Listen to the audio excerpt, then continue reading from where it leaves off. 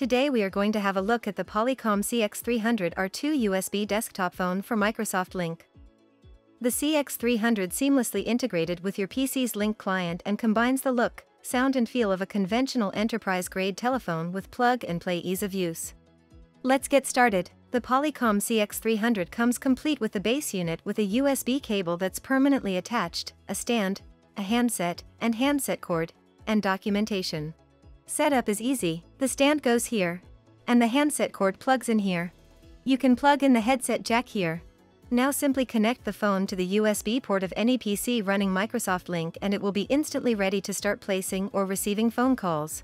The CX300 R2 comes standard with a 2-line monochrome backlit display which shows you important call details during your call and displays your Lync presence status when idle. Hard keys, 12-key dial pad, speakerphone, headset, mute, volume, redial, flash and delete keys. For speakerphone use, the speaker is located under the handset, and the microphone is located on the lower right-hand corner of the phone.